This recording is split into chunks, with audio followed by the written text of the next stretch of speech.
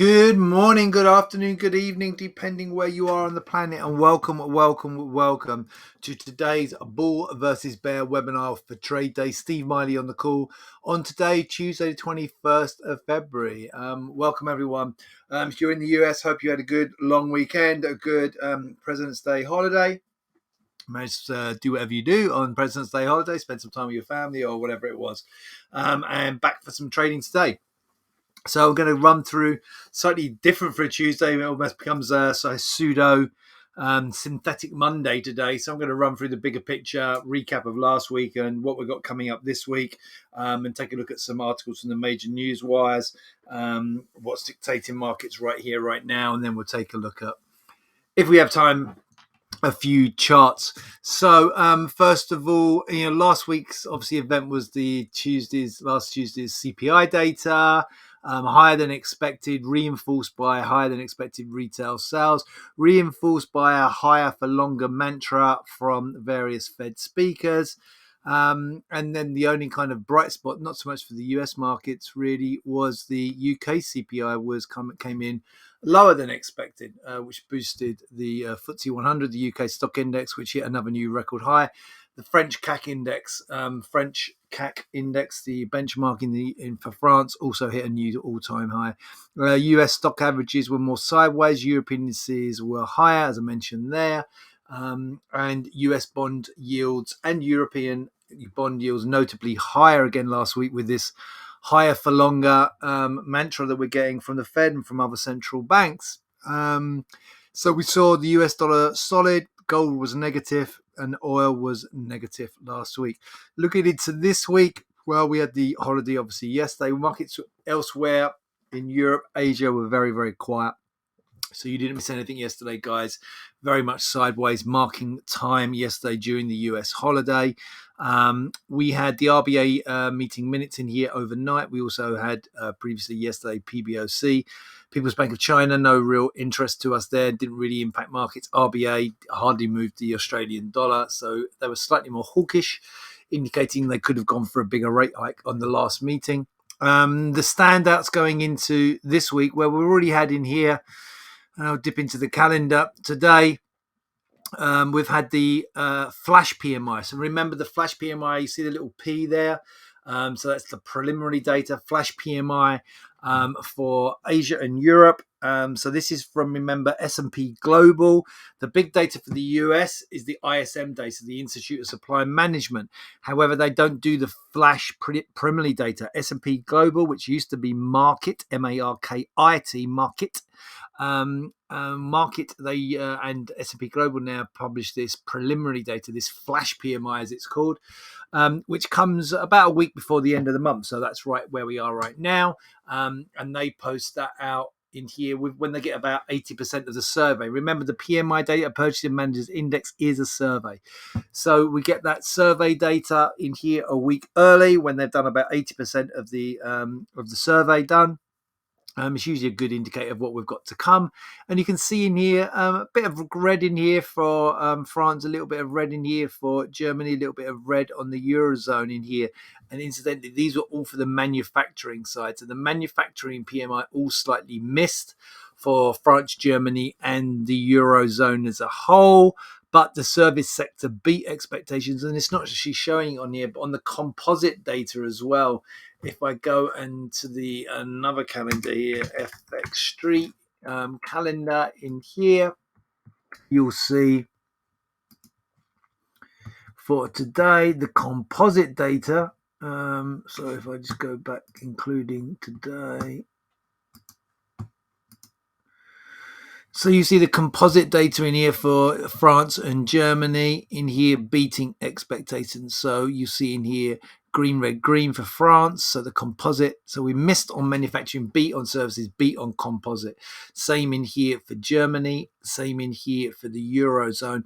And actually for the UK, we beat on all aspects. Okay. We also had what's the important survey for both Eurozone and for Germany. It's been, this ZEW survey has been around since I started in markets. It's an investor sentiment indicator. Okay, institutional investor sentiment indicator. You can see in here that beat expectations as well. So mostly in here, apart from the manufacturing PMI data for France, Germany, Eurozone. Most of the data in here, PMI data coming in better than expected. And as I said there, we don't get the ISM data, which is the more watched US data. But because we don't get it, we can't look at it, right? So we only get the S&P global data, which when we come to the final data is not as important as the ISM, the Institute of Supply Management, but nevertheless, this is all we've got, preliminary data. We have that coming up in here. So that's 2:45 my time in here. And if I go back to the calendar, you'll see that's coming out this afternoon at 9:45 Eastern, 8:45 Central. Okay, so you're watching out for that today. Ahead of there, if you are interested, if you're trading the Canadian dollar, we don't have a lot of currency futures traders at trade day, but there are some. If you are trading currency futures, then obviously the Canadian dollar is going to be impacted by the CPI and the core retail sales data, which we get in just under an hour. But most of the data you can see in here, sea of green, better than expected across the PMI data in Europe in here today thus far. So that's all a positive. If I go back to the bigger picture, okay, so that's what we've got coming out today. Canadian CPI and retail sales as well. Going into tomorrow, German IFO survey, German CPI, and that's going to be, we should keep an eye on that as well. Okay, so it could impact the European markets. Germany, the powerhouse of Europe, CPI, the most focused on data in the global economy right now across all the national economies. So CPI, German CPI important. The German IFO survey, always, again, similar to the ZEW survey, always much watched. And then probably the standout for the week is the Fed minutes from the meeting that we got end of January, early February. We get those Fed meetings. Any more clues in here as to how hawkish the Fed are stepping back towards, okay? The higher for longer mantra, is that being picked up in the meeting minutes? We also get EU CPI, US GDP. It's a big piece of data. It's important from an economic standpoint. It's all obviously very backward looking. More importantly, probably the PCE data that we get from the US, which is released across Thursday and Friday. Remember the PCE, personal consumption expenditure. The Fed tells us that is their preferred measure of inflation, even though the market never reacts as much to that as it does to CPI. It is the Fed's most preferred measure of inflation, so we should be keeping an eye on it. Okay, so PCE data, personal consumption expenditure. They are important at the end of the week, the big key event tomorrow, FOMC Fed minutes, but we are also watching out for the S&P Global Purchasing Managers Index data, which we get a little later on today, as already highlighted at 9:45 Eastern. Okay, that's the look back and look ahead. Looking at the technicals in here, I've stayed fairly negative. We had the sell-off back at the end of last week. Obviously, a very muted session yesterday, given the US holiday. This still looks like a potential topping pattern after Friday's sell-off in here. It stays negative for the S&P and for the Nasdaq. If we take a look at gold as well, it's been in this kind of flagging formation, sell-off flag, sell-off flag, sell-off flag. We did get a slight rebound at the end of last week, still hanging on to a more negative tone in here. And similar in here for crude oil, despite the rebound Friday, the negativity from this topping structure. So we're kind of staying in a bit of risk-off scenario in here. I know gold is a safe haven, but it has been trading with risk assets in line with positively correlated to risk assets for some time now. So all of these for me in here, as we set up, looking fairly negative. You can check this out. It's in the trading room. Okay, go to the trading room under analysis, as well as the weekly recap and outlook. Go take a look at that in here. Just to run through 5 things to start your day in here. So not a huge amount to focus on. We did get Putin vowing to continue his invasion. Okay, nothing really significant from that. We've had that today. Obviously, Biden visited a surprise visit to Kyiv recently over the last 24, 36 hours. But nothing really. So Putin has been addressing the nation, basically vowing to continue. No surprises there. So nothing really major there. HSBC bonus fall fell. It's had a slight negative impact in here on the FTSE today. HSBC quoted on the UK stock market. There's not a lot in here. Futures slightly lower in here today, and then obviously highlighting the US Purchasing Managers Index that is coming up. So nothing really significant here going into today from the macro side. US futures drop on Fed concerns. I mean, they're just tagging a story onto that. There's no real news on that at all. Dollar bid. So we're in that risk off theme, as I've said in here. Continue saying that risk. Also, UK stocks in thrall of Fed had further to fall. History shows Bitcoin breaks away from stocks. Yeah, so we've had crypto continue to be bullish in here, despite stocks slightly rolling over. So a decoupling, a little bit of a decoupling there more recently. Let's go take a look at what Reuters have got. Nothing much in here, focusing here on Russia. Russia in here. Yeah, I mean, there's not a huge amount coming through in here at the moment. If we go and take a look at the European markets page, not much in there, okay, to speak of. European stock indices slightly lower, between 0.25% and 0.5% lower this morning. If we go take a look at US markets, futures for Home Depot outlook. We did get Home Depot this morning, but not a big deal in there. And we go and look at the futures in here. We're down this morning about 1% on the Nasdaq, so significant drop in here this morning, having had that decline at the end of last week. A quick nod, and it will be a quick nod in here to the markets in here. So yeah, this still looks very negative to me. I set that up yesterday. We're down lower, obviously, since I wrote that last night. In here, we're down lower, taking out not only the more recent low from Friday, but also this impulse low in here. So we do look negative still on stocks. And you go into the 15, this is the S&P, dead cat bounce in here and lower again this morning. So that looks vulnerable, looking for further downside there. Similar story for the Nasdaq. We cut below not only last Friday's low, but this little low in here.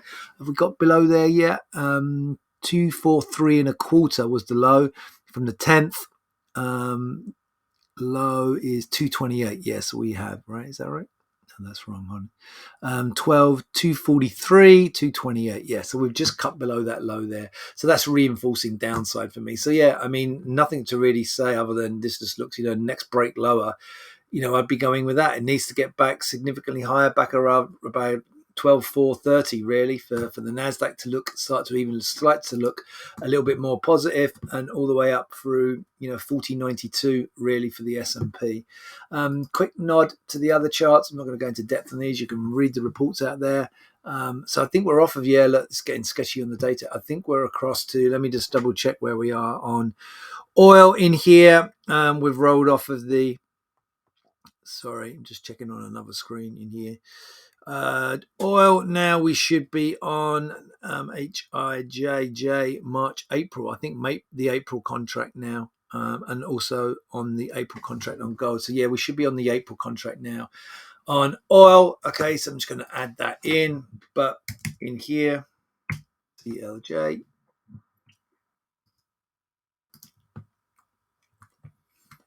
But staying negative for me, you've had a bit of a whipsaw in here so far today. But if we go take a look at the daily chart in here, add that in as well. So we've got it twice in here. Add it in as a daily.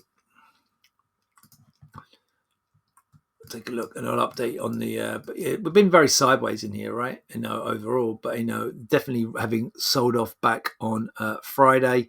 A little bit of a dead cat bounce yesterday, and it still looks negative in here. So still looking for this to break back lower in here. It's been choppy. Back above, I don't know, like 77, 75 on oil makes it look a little bit more negative. But for me, we're still pointing lower. Let me just close these old tabs in here for oil, so we don't get confused on that going forward. Let's go take a look at gold. So again in here, a bit of a dead cat bounce in here. We did get the bounce on Friday, nothing really yesterday. That back down lower already in here this morning. So looking vulnerable in here. Gold again, rolling back down lower with stocks. And remember, we kind of get these kind of flag patterns going on. So for me, all the risk is for another notable break to the downside. And finally, we'll go to the treasuries. Again in here, rebound in here. Kind of, we had these hammer patterns going in. Looked like we could be basing out, but I don't believe in that hammer pattern until it's reinforced. It needs to get back above the high of the hammer pattern, rejected that yesterday, lower again in here today. So rejecting the hammer.